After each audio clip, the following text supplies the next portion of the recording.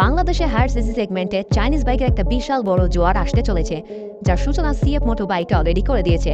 এবার ঠিক তেমনই একটা চাইনিজ বাইক নিয়ে আপনাদের সঙ্গে নিয়ে এসেছি, কোবে 350 আর এই চাইনিজ স্পোর্টস বাইকটি।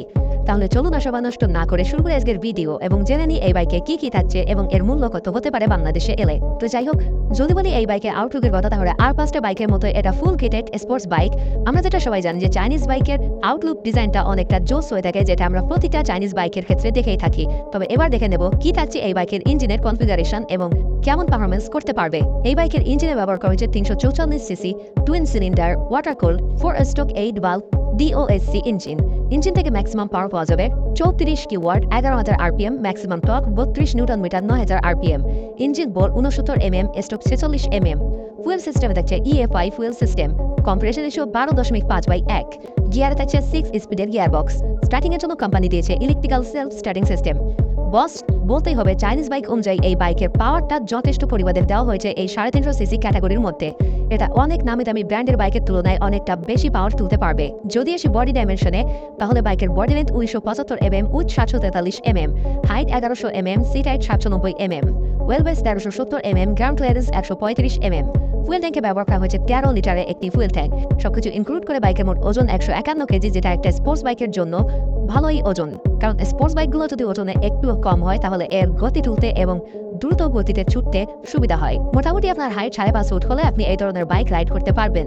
তবে অবশ্যই বাইক চালানোর দক্ষতা ভালো হলে আপনার হাইট কম হলেও কোনো অসুবিধা হবে না। রাইডিং কে আরো কমফোর্টেবল করবার জন্য এই বাইকের সাসপেনশনের সামনে ব্যবহার করা হয়েছে non adjustable upside down hydraulic damping type suspension এবং পেছনে থাকছে নন অ্যাডজাস্টেবল সেন্ট্রাল সাসপেনশন দুটো থেকে রাইডিং এর সময় রাইডার খুব ভালো একটা সাপোর্ট পেয়ে যাবে, স্প্রিংই এবং স্মুথ। চাকায় থাকছে অ্যালয় হুইল, টায়ারে ব্যবহার করা হয়েছে টিউবলেস টায়ার। সামনের টায়ার সাইজ 110/17/17, পেছনের টায়ার সাইজ 150/60/17। এই বাইকের পেছনের টায়ারের দিকে তাকালে দেখতে পারবেন এটা সেটিংটা অনেকটা ইউনিক করা হয়েছে, যেটা আমার কাছে খুবই ভালো লেগেছে। আই হোপ এর আপনাদের কাছেও ভালো লাগার কথা। টায়ার দুটো যথেষ্ট মোটা হওয়ার কারণে রাইডিং এর সময় এবং কর্নারিং এর সময় কোনো অসুবিধা হওয়ার কথা নয়। তবে অবশ্যই বাইকারকে সচেতন হয়ে বাইক চালাতে হবে। ব্রেকিং এর জন্য সামনে পেছনে ব্যবহার করা হয়েছে ডিস্ক উইথ ABS, যেটা এই ধরনের বাইকের জন্য খুবই ইম্পর্টেন্ট। এই বাইকের সাইলেন্সারটাও ডিজাইন করা হয়েছে পিলিয়ন সিটের পাশেই অনেকটা ওপরে, যদিও এটাও আমার কাছে অনেকটা ইউনিক মনে হয়েছে। কোম্পানি ক্লেম করছে বাইকটা 1 লিটার তেলে যাবে 27 কিলোমিটার এবং টপ স্পিড 190 কিলোমিটার প্রতি ঘন্টায় অতিক্রম করতে পারবে। যদি এমন কনফিগারেশনই থাকে, তাহলে এই বাইকটা অনেকটা বেশি টপ স্পিড তুলতে পারবে এই 350 সিসি ক্যাটাগরিতে অন্যান্য বাইকের তুলনায়। ব্যাটারিতে ব্যবহার করা হয়েছে 12 ভোল্টের মেইনটেন্যান্স ফ্রি একটি ব্যাটারি। হেডল্যাম্প, টেলল্যাম্প এবং টার্নলাইট থাকছে LED বাল্ব। হেডলাইটটি থাকছে সম্পূর্ণ অটোমেটিক হেডলাইট। আপনি চাইলে আফটার মার্কেট আলোটা কেটে নিতে পারবেন, তবে আমার মনে হয় এই ধরনের হায়ার সিসি বাইকের আলোটা না কাটাই ভালো, এতে রোড ইমপ্রেশনে ইফেক্ট পড়তে পারে। থাকছে পাসেন সুইচ এবং ইঞ্জিন কিল সুইচ অপশন। মিটারে ব্যবহার করা হয়েছে সম্পূর্ণ ডিজিটাল মিটার। স্পিডোমিটার, অডোমিটার, যাবতীয় যত ইন্ডিকেটর থাকছে সমস্ত কিছু পাচ্ছেন এই ডিজিটাল মিটারে। সিটে ব্যবহার করা হয়েছে স্প্লিট সিট। রাইডারের পেছনে পিলিয়নের জন্য থাকছে যথেষ্ট স্পেস, থাকছে ফুটরেস্ট, কিন্তু থাকছে না কোনো গ্র্যাবেল অপশন। হ্যান্ডেলবারে ব্যবহার করা হয়েছে ক্লিপ টাইপ হ্যান্ডেলবার। এটি সম্পূর্ণ চেন ড্রাইভের বাইক। এবার আপনাদের প্রশ্ন, বাইকটা কবে আসবে এবং এর মূল্য কত হতে পারে? এটা একটা চাইনিজ বাইক যেহেতু, তাই এই বাইকটা হয়তো 2025-এ আসতে পারে। এখনো পর্যন্ত কোনো অফিসিয়াল অ্যানাউন্সমেন্ট পাওয়া যায়নি, তবে যখন পাবো আপনাদের জানিয়ে দেবো।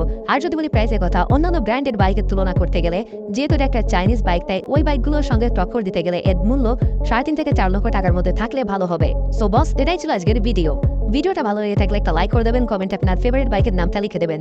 চ্যানেলে নতুন হয়ে থাকলে চ্যানেলটিকে সাবস্ক্রাইব করে পাশে থাকা বেল আইকনে প্রেস করে দেবেন। যে কোনো বাইকের রিভিউ পেতে আমাকে কমেন্টে জানালে আমি সেই বাইকের রিভিউ নিয়ে আপনাদের সামনে চলে আসবো।